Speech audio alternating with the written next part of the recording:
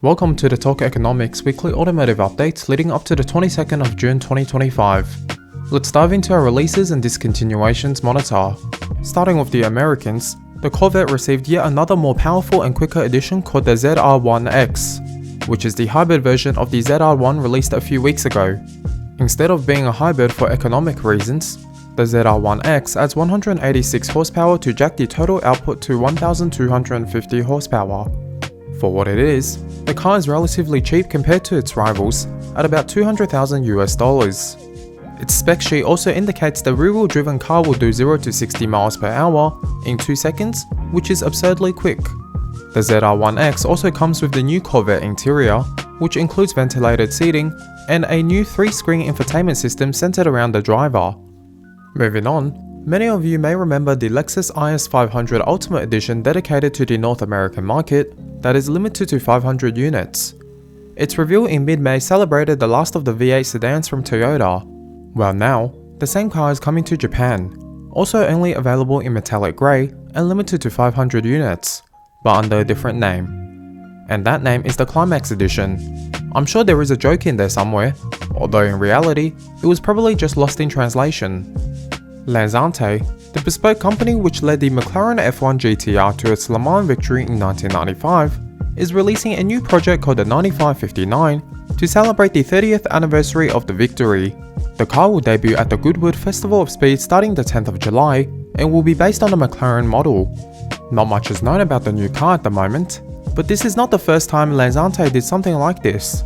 In fact, 5 years ago, Lanzante dropped a series of 7 cars based on various McLarens, of which the most famous is the Senna GTR customized to mimic the race car from 1995.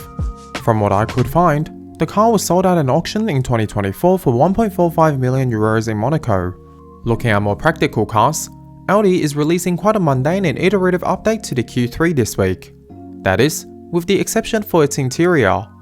The bulk of the interior is updated to be in line with other Audis of this year, with a flat logo on the steering wheel. But there is a unique quirk, whereby stalks behind the steering wheel incorporates the wiper and indicator on one side and the gear selector on the other. Apparently, the new stalk design stays in place for the most part. We'll have to wait until the on-the-ground release for exact details. Now, Land Rover is releasing an off-road focused special edition of the Defender 110. For £90,000 after options, you get off-road tyres, a special roof rack, and raised intake. The new edition is called the Trophy Edition, named after the limited edition of the old Defender built in 2021. 25 of the original were built for £190,000 each, which is frankly a bit too much. Also in SUV land, the facelifted electric GV60 comes with fake gears as well as a drift mode.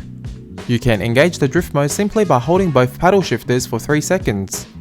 Personally, whilst I'm a bit iffy on the fake gears, I can definitely appreciate the drift mode, although not sure how many owners will be using this feature on this family SUV.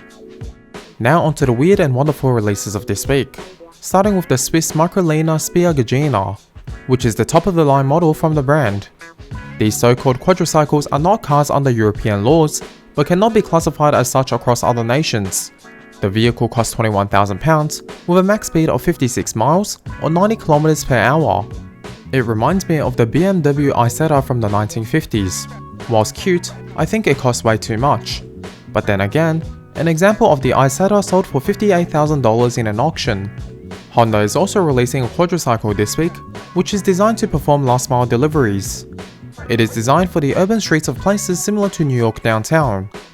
Whilst the top speed is only 12 miles or 19 km per hour, it does have a capacity of 650 pounds, equating to 295 kilograms. Alright, now we move on to the headlines of the week. Starting with Stellantis exploring the idea of a gearbox for EV off-roading. Their patent for a 3-speed gearbox is designed to connect to different differentials for the purpose of adapting to on-road or off-road conditions. I am not too mechanically inclined, but feel free to pause the video to take a look at their patent, along with an explanation I obtained from ChatGPT. Now onto some great news, and that is Honda will start to make parts again for discontinued cars, particularly for enthusiast models starting with the NSX. It would cost a substantially more amount to assemble a complete car using these parts, but it is nevertheless great news. Nissan actually had already started doing the same thing a few years ago with the Nismo Heritage Parts program, which sells everything from bolts to the entire engine block for the legendary RB25 and RB26. Ferrari reportedly delayed their second pure EV until at least 2028 due to weakening demand for higher-end EVs at the moment. This does not affect their current or future hybrid models including the 296, SF90 and F80. This also does not affect their first pure EV expected to open its order book this year. The vehicle, likely to be an SUV similar to the Purosangue, is speculated to cost north of $500,000. Looking at some motorsport related news, the third place Ferrari from last week's Le Mans 24 Hours has been disqualified for missing bolts leading to its rear wing deflecting more wind than it's supposed to under homologation. The decision does not affect other Ferraris which participated in the race, including the winners in the Team AF Corse Ferrari. It was actually quite a significant win from that Ferrari. It not only marks the first time a Chinese national won the Le Mans 24 Hours, but also marks a historical win for the once F1 driver Robert Kubica. Kubica won the Canadian Grand Prix in 2008 for BMW in F1. However, his F1 career was stopped short by a horrific crash in 2011 when he crashed a rally car into the barriers in Italy. He was set to join Ferrari in the season after in the F1 team. It is heartwarming to see the man still conquering in racing. Speaking of F1, the movie released this week to good audience reception.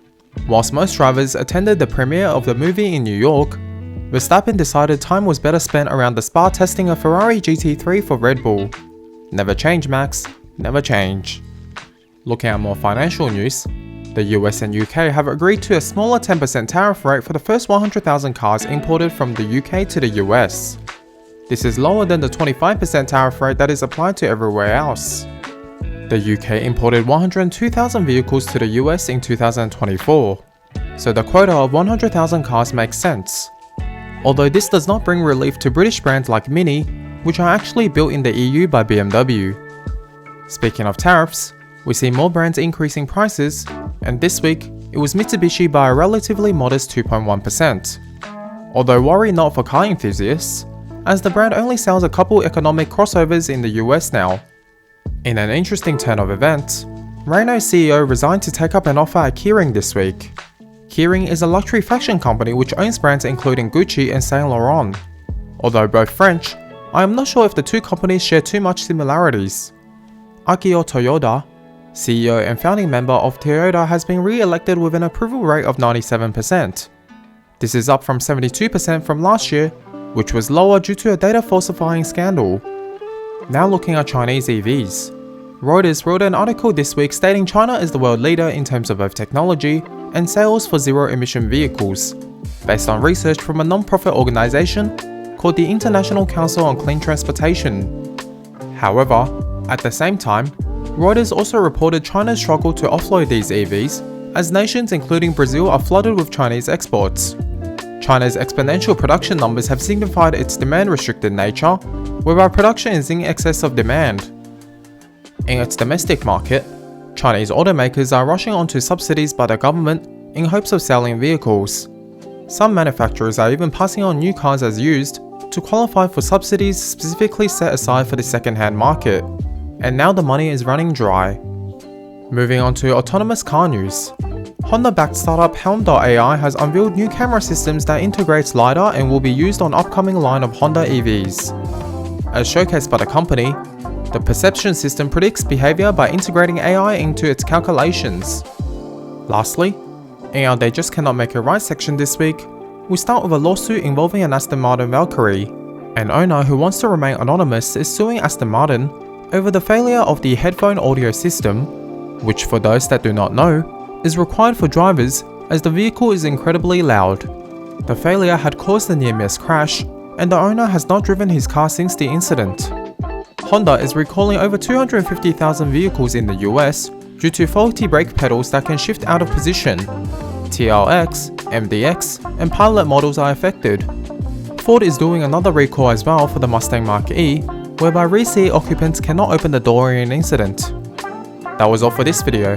Thank you very much for watching, and please look forward to weekly videos on an ongoing basis. On that bombshell, goodbye.